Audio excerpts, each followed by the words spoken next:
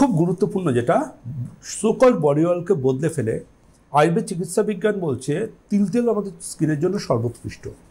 তিল তেল এবং কয়েক গুরুত্বপূর্ণ সেই সমস্ত মেডিসিনাল প্ল্যান্টের এক্সট্র্যাক্ট যেগুলো গভর্নমেন্ট অফ ইন্ডিয়ার ফার্মাকোপিয়া এবং আয়ুর্বেদ সংগ্রহে উল্লেখ আছে আমাদের স্কিনের জন্য অমৃততুল্য, সেই সমস্ত হার্বসের এক্সট্র্যাক্ট দিয়ে তৈরি পরম্পরা আমাদের সুবর্ণকান্তি অয়েল, যেটা ভীষণ রকম চটচটে, তেল চটচটে হবে, যেটা চটচটে নয় সেটা তেল নয়।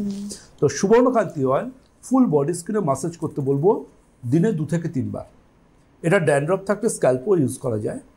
আর মুখের স্কিনের রুক্ষতাকে পুরোপুরি সরিয়ে ফেলবার জন্য রেড কার্পেট এসেন্সিয়াল অয়েল এবং লাবণ্য ময়শ্চারাইজার বেস ফেস ওয়াশকে ব্যবহার করার অ্যাডভাইস করব।